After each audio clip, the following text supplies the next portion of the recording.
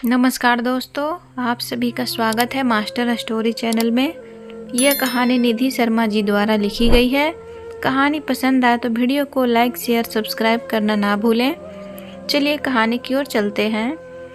संजू, अब तुम्हें थोड़ा और सजग होना पड़ेगा, क्योंकि अब घर में तुम्हारी देवरानी भी आ गई है, तो अब कुछ कुछ बातों को नज़रअंदाज भी करना होगा।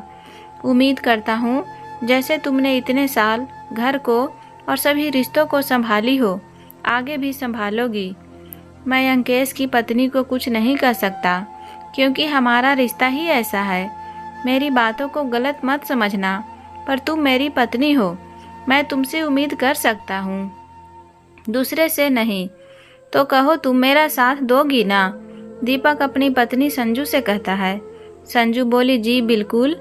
इतने दिनों तक रिश्तों को संभालने के लिए ही तो हमने कितनी ही कड़वी बातों को मैं चुपचाप पीकर कुछ नहीं बोली हूँ। आगे भी रिश्तों को संभालने के लिए मैं भरपूर कोशिश करूँगी। पर इतना याद रखिएगा कि पहले मैं सिर्फ इस घर की बहू, किसी की भाभी थी, पर अब एक माँ भी हूँ। कई बार बहू तो बर्दाश्त कर लेती है, पर माँ अपने बच्चों पर आए हुए दर्द को बर्दाश्त नहीं कर पाती है। जब से देवर जी की शादी हुई, आगे उनके बच्चे भी होंगे तो। दीपक बोला, तो क्या? आखिर तुम कहना क्या चाहती हो? साफ साफ कहो। संजू बोली, बस एक बात आपसे पूछना चाहूँगी कि रिश्तों को बचाने की जिम्मेदारी हर बार बड़े बेटे और बड़ी बहू पर ही क्यों आती है? जब तक सामने वाला अपनी मर्यादा नहीं लांघेगा, आपको भी कभी मेरी तरफ से शिकायत नहीं मिलेगा, इतना भरोसा दिला सकती हूँ। संजू, जो शर्मा परिवार की बड़ी बहू, दीपक बड़ा बेटा, तो हर घर की तरह इन दोनों पर ही रिश्ते मान मर्यादा का बोझ डाला गया था। संजू के देवर अंकेश की शादी हुई, उसके घर में अनीता बहू बनकर आई। शुरू में सब कुछ अच्छा रहा, संजू अपनी जिम्मेदारी निभाती रही, पर जैसे जैसे समय बढ़ता गया, उसके बच्चे हुए, हर किसी के बदले हुए रंग उतरने लगे। समय बीता। एक रोज संजू कमरे में काम कर रही थी कि उसी समय उसकी 6 वर्षीय बेटी तासी रोती हुई कमरे में आई। उनसे पूछा भी, तासी क्या हुआ बेटा, क्यों रो रही हो? पर तासी रोए जा रही थी। संजू को बेटी को संभालना मुश्किल हो रहा था, क्योंकि वो चुप नहीं हो रही थी। संजू बोली, अरे बेटा क्या हुआ? बताओगी तभी तो मैं तुम्हारी मुश्किल को हल कर पाऊंगी। मेरी लाडो रानी, क्यों रो रही हो, बताओ मुझे। पर तासी थी कि चुप नहीं हो रही थी। तभी उसके पीछे तासी का 11 वर्षीय भाई नयन आया। उसे देखते ही संजू बोली, नयन बेटा क्या बात है, तुम्हारी बहन क्यों रो रही है? देखो तो पूरा चेहरा लाल कर लिया है इस लड़की ने। तुम इसके बड़े भाई हो, तुम्हें इसे संभालना चाहिए था। बेटा आखिर ये क्यों रो रही है? नयन बोला, माँ सारी गलती तासी की है। जब पता है तासी को चाची के बारे में, तो क्यों गई चाची के कमरे में? मैं इसे कितना मना करता रहा, पर इसने मेरी एक नहीं सुनी। और नयन का जवाब सुनकर तासी रोते हुए चिल्लाई, भैया क्या गलती थी मेरी? मम्मी मैं तो खाना भी नहीं चाहती थी, पर पिंकू ने अपने हाथों से वो बिस्कुट मुझे खिला दी। इतनी सी बात पर चाची ने मुझे चाटा मार दिया। आने दो पापा को, मैं सारी बात बताऊंगी। कहते हुए तासी फिर से रोने लगी।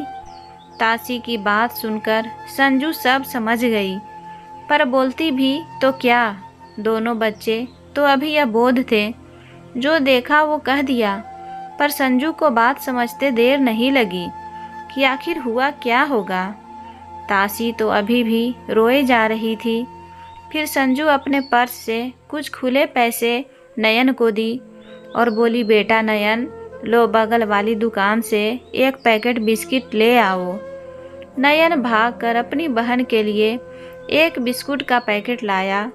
तासी को बिस्कुट देकर संजू ने किसी तरह उसे चुप करवाया, पर उसके दिमाग में जो तूफान उठ रहा था वो अब असहनीय था। वो सोचने लगी, महज एक बिस्कुट के लिए उसकी बेटी को चाटा मार दिया। अनीता ने छी, कितने छोटे मन की है। संजू का भरा पूरा परिवार, सास ससुर, देवर देवरानी, उनके 2 बच्चे, संजू के 2 बच्चे, सब एक साथ रहते थे। ससुर जी के काम से रिटायरमेंट लेने के बाद घर का खर्चा दोनों भाई मिलकर उठाते थे। पर समस्या ये है कि दीपक की इतनी कमाई नहीं है, जबकि अंकेश का अच्छा खासा काम है। फिर भी ज़्यादातर खर्च दीपक के हिस्से में ही आते थे। ये देखकर संजू अपने पति की मदद के लिए अपनी तरफ से पूरी कोशिश करती थी। वो ज़्यादा पढ़ी लिखी तो नहीं थी, फिर भी छोटे मोटे काम जैसे साड़ी में फॉल पिको करना, उसे ड्राइंग करना बहुत पसंद था। तो छोटे छोटे बच्चों को ड्राइंग सिखाना, इन सब कामों में जो पैसे मिलते थे वो अपने छोटे मोटे खर्चों को पूरे कर लेती थी।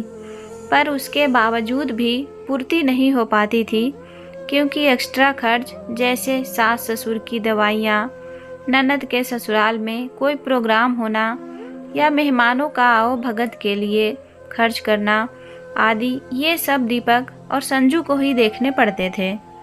इधर अनीता के तेज स्वभाव के कारण अंकेश तो इन खर्चों से साफ साफ बचकर निकल जाता था, और माता पिता भी उससे ज़्यादा कुछ कहते नहीं थे और ना ही दोनों बेटों को अलग करते थे। उनके अनुसार तो परिवार में एकता होनी चाहिए। ये अलग बात है कि उस एकता के चक्कर में बड़े बेटे बहू पीस रहे थे, जो माता पिता को नज़र तो आता था पर हमेशा अनदेखा कर देते थे। यहाँ तक कि अनीता और अंकेश अक्सर बाहर से खाने पीने की चीज़ें लाते तो उसे अपने कमरे में अलमारी में बंद करके रखती, और फिर अपने दोनों बच्चों और पति के साथ मिलकर कमरे में बैठकर खाती, और लोगों को कानों कान खबर नहीं होती थी। ऐसा नहीं था कि संजू इन बातों को देखती नहीं थी या समझती नहीं थी, फिर भी पति को दिया गया वादा निभाने के लिए वो चुप रह जाती थी। एक रोज़ संजू ने देखा कि उसके देवर मिठाई और चॉकलेट लेकर आए और बैग के किनारे में छुपाकर कमरे में ले गए। बच्चे देखकर जब उछलने लगे तो उन्होंने धीरे से मुंह पर उंगली रखने का इशारा किया और बोले, शोर मत मचाओ वरना दूसरे बच्चे भी मांगेंगे। अब इसे ले जाओ और दोनों चुपके से खा लो, पर ध्यान रखना इस बात की खबर तुम्हारे उन भाई बहनों को नहीं होनी चाहिए। अपने देवर की इस व्यवहार को देखकर संजू को बहुत बुरा लगा और उसने मन ही मन सोच लिया कि एक दिन वो अपनी सास से इस बात की चर्चा जरूर करेगी। एक बार उसने अपनी सास शकुंतला जी से इस विषय में बात की। मम्मी जी, क्या अच्छा लगता है एक ही घर में कोई अपने कमरे के अंदर अलग दुनिया बसाए और कोई बाहर अलग दुनिया? उस पर शकुंतला जी ने ये दलील दी कि हर माता पिता अपने बच्चों के लिए करते हैं। अगर वो लोग अपने बच्चों के लिए लाते हैं और खाते हैं तो इसमें गलत क्या है? और बहू, जहाँ तक बात है खर्च और अपने बच्चों पर मिठाई और चॉकलेट लुटाने की, तो इतना तो समझो जिसकी जैसी औकात वह उतना ही खर्च करता है। अब तुम्हारी नहीं है तो तुम नहीं कर पाती हो। तुम क्या चाहती हो, मैं तुम्हारे बच्चों के लिए अपने दूसरे बेटे के पास या बहू के पास जाकर भीख मांगूं?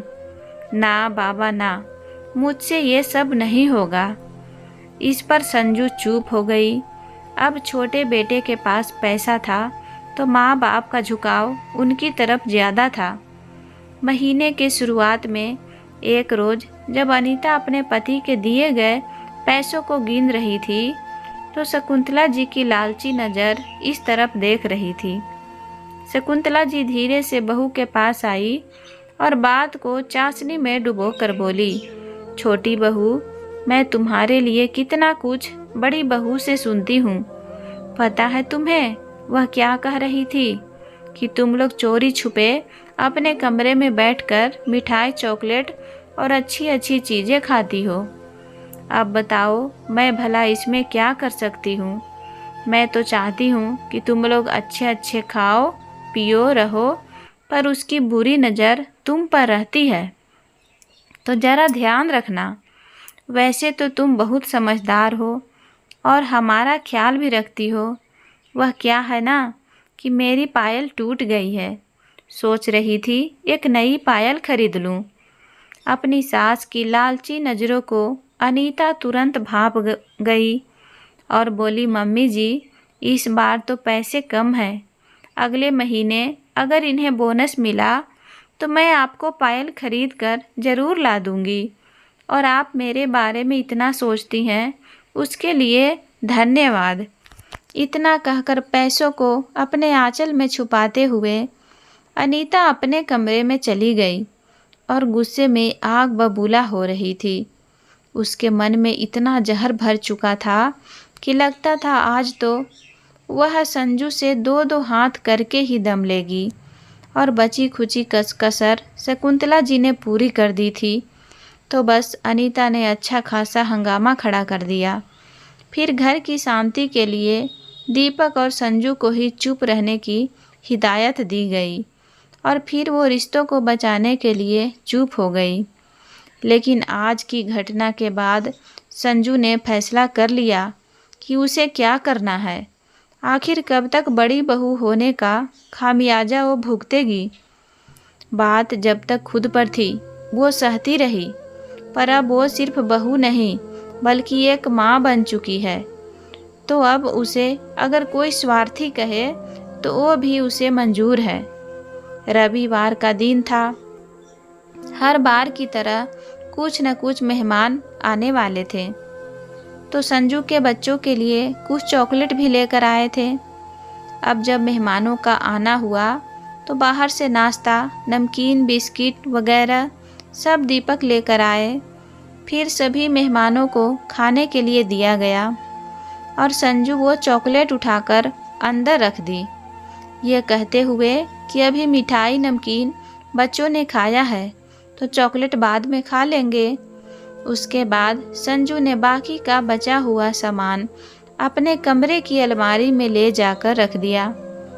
मेहमानों के जाने के बाद जब घर के लोग बैठे तो अंकेश ने कहा, अरे वो नमकीन आई थी, वो कहाँ गया? जरा हमें भी तो दो, हम भी तो चख कर देखें कि कैसी है। अनीता के बच्चों ने कहा, हाँ हाँ पापा, और वो अंकल तो चॉकलेट भी लेकर आए थे, वो भी नहीं दिख रहा है, पता नहीं कहाँ गया। वो सब हमें भी खाना है। अनीता मुंह बनाते हुए बोली, पता नहीं कहाँ रखा है पैकेट, दिख नहीं रहा है, लगता है किसी ने छुपा कर रखा होगा या तासी और उसका भाई सब हजम कर गए होंगे। वैसे भी दूसरों के खाने पीने पर उन लोगों की नज़र कुछ ज़्यादा ही रहती है। इतना कहकर अनीता ठहाका लगाने लगी। संजू मुस्कुराती हुई बोली, नहीं नहीं, किसी ने हजम नहीं किया, वो चॉकलेट और नमकीन के पैकेट मैंने ही अपनी अलमारी में रख दिया है। संजू के जवाब से सबका ध्यान उसकी तरफ गया। दीपक ने बड़ी आश्चर्य से पत्नी की तरफ देखा और बोला, भला उस पैकेट को अलमारी में रखने की क्या ज़रूरत थी? खाने के लिए लाया गया था तो सबको खाने दो। संजू बोली, नहीं, वो अलमारी में ही रहेगा। जब मेरे बच्चों को ज़रूरत होगी मैं उन्हें खाने के लिए दे दूंगी। कम से कम मुझे किसी से मांगने की ज़रूरत तो नहीं पड़ेगी। इतना कहकर संजू रसोई की तरफ जाने लगी। अनीता बोली, हे भगवान, भाभी आप ये सब कैसे करती हैं? अरे चॉकलेट पर तो सभी बच्चों का हक होता है। क्या होता अगर आप चॉकलेट को तोड़कर सभी बच्चों में बराबर बराबर बांट देती? देख लीजिए, सभी चीज़ अपने बच्चों को खिलाएंगे तो उनको हजम नहीं होगी। कह देती हूँ। अभी अनीता की बात खत्म भी नहीं हुई थी कि तभी शकुंतला जी कड़क आवाज में बोली, बहू जरा ठहरो। अपनी बात पूरी करके कहाँ निकल ली? ये क्या तरीका है? तुम बड़ी बहू होकर ऐसे स्वार्थी भरी बातें कर रही हो? आज तक तो हमारे घर में ऐसा नहीं हुआ, फिर ये नए नियम तुम क्यों शुरू कर रही हो? क्या बड़ी बहू को ऐसा कहना शोभा देता है? तुम्हारे घर में क्या यही सिखाया गया है? संजू बोली, क्यों? जब देवर जी मिठाई और चॉकलेट लेकर आते हैं तब क्या तुम्हें तासी और मेरे बेटे का ध्यान आता है कि आधा ना सही तोड़ कर ही उन्हें दे दूं? और मेरे बच्चे किसी के हराम की या चोरी छुप कर नहीं खाते हैं कि उनको चॉकलेट और नमकीन हजम नहीं होगा। तो अपनी बुरी नज़र पर पानी डालो। और माँ जी, क्या कह रही थी आप? माफ़ कीजिएगा माँ जी, पर ये सब बातें मैंने इसी घर के लिए लोगों से सीखी है, अपने मायके से सीख कर नहीं आई हूँ। और हाँ, हर बार रिश्तों को बचाने की जिम्मेदारी सिर्फ बड़ी बहू पर ही क्यों होती है? मैं कुछ कहती नहीं, इसका मतलब ये नहीं कि मेरे मुंह में जुबान नहीं है, समझी? दीपक बोले, संजू, ये कैसी बातें कर रही हो तुम? इस घर की बड़ी हो तुम, इतनी स्वार्थी कब से हो गई? घर के बड़ों का स्वार्थी होना शोभा नहीं देता है। फिर ऐसी क्या बात हो गई जो तुम आज ऐसी रूखी रूखी बातें कर रही हो? पति की बातें सुनकर संजू की आंखें भर आई और वो बोली, सुनिए जी, याद है आपको, मैंने आपसे वादा किया था कि मैं इस घर को संभालने के लिए, इस घर के रिश्तों को संभालने के लिए हमेशा चुप रहूंगी। पर वो तब तक मैं एक बहू थी, अब मैं माँ हूँ। तो एक माँ अगर अपने बच्चों के लिए कुछ करती है और उसे उसके घर के लोग स्वार्थी कहते हैं तो मुझे ये टैग भी मंजूर है। मैं स्वार्थी तब बनी जब एक बिस्कुट के लिए मेरी बच्ची को थप्पड़ मारा गया था। उस दिन ये माँ स्वार्थी हो गई थी। जब घर के बड़े अपने ही दोनों बच्चों में फर्क करते रहे तब इस माँ को स्वार्थी होना पड़ा था। और मैं अपने बच्चों के लिए इतना तो कर ही सकती हूँ। क्यों? वैसे भी माँ जी, आप ही ने तो कहा था कि माता पिता अपने बच्चों के लिए इतना तो करते ही हैं। फिर जो छोटी बहू कर सकती है तो मैं क्यों नहीं कर सकती हूँ? बताइए, आप लोग अब क्यों चुप हैं? छोटा बेटा 4 पैसे ज़्यादा कमाता है और छोटी बहू आपको कुछ न कुछ देती रहती है तो वह अच्छी हो गई और मैं बुरी। यह कहाँ का न्याय है कि घर की 2 बहू को आप अलग अलग कैटेगरी में बांटने, किसी को नौकरानी बना दे और किसी को महारानी। अरे नौकरानी बनकर भी मुस्कुराती रहती थी। अगर वही इज्जत और प्यार मेरे बच्चों को मिलता। अपना दर्द तो बर्दाश्त कर गई पर अपने बच्चों का नहीं बर्दाश्त करूँगी। अब रिश्ता रहे या ना रहे, मेरी बला से। अपनी बात पूरी करके संजू बोली, मुझे मालूम है आप लोगों से मुझे कोई उत्तर नहीं मिलेगा और मुझे अब कोई जवाब चाहिए भी नहीं, क्योंकि मैं अब अपने लिए और अपने बच्चों के लिए बोलना सीख गई हूँ। इतना कहकर संजू अपने कमरे में चली गई। आज पहली बार ना बोलने वाली बहू के मुंह से इतना सुनकर सब चुप हो गए, क्योंकि वो गलत नहीं थी। सबको उम्मीद थी कि दीपक संजू से कुछ कहेगा और अपनी पत्नी को रोक लेगा, कुछ सिखाएगा उसे, पर उन सबकी उम्मीद उन पर उल्टी पड़ी। आज दीपक ने चुप रहकर अपनी मौन स्वीकृति दे दी और बोला, माँ, कोई भी लड़की बुरी नहीं होती है। ससुराल में अगर उसे अपनापन ना मिले, भेदभाव किया जाए, तभी वह अपने स्वभाव को बदलती है। वो क्या कहते हैं गांव में, गाय तो आखिर गाय होती है, लेकिन गाय को भी अगर बार बार परेशान किया जाए तो गाय भी मरखंड हो जाती है। तो संजू को भी आप लोगों ने यह सब कहने पर मजबूर कर दिया। अब मैं उसे कैसे रोक सकता हूँ जब मैं जानता हूँ कि वो सही है। जब परिवार के सामने पूरी बात आई तब सबको अपनी अपनी गलती का एहसास हुआ कि आखिर संजू के साथ उन लोगों ने कितनी ज्यादती की। आखिर माता पिता को भी समझ में आ गया कि एकता के चक्कर में घर में क्लेश बढ़ रहा है। उन्होंने छोटे बेटे बहू को भी बराबर खर्च करने के लिए कहा तो अनीता ने इस बात पर हंगामा कर दिया और खुद अलग होने की बात की। तब शकुंतला जी को एहसास हुआ कि आज तक संजू कितना कुछ बर्दाश्त कर रही थी, पर कल तक वो बहू थी इसीलिए बर्दाश्त कर रही थी, पर आज वो माँ है तो क्यों बर्दाश्त करेगी और किन रिश्तों के लिए बर्दाश्त करेगी? ऐसे रिश्ते जो मतलबी हैं।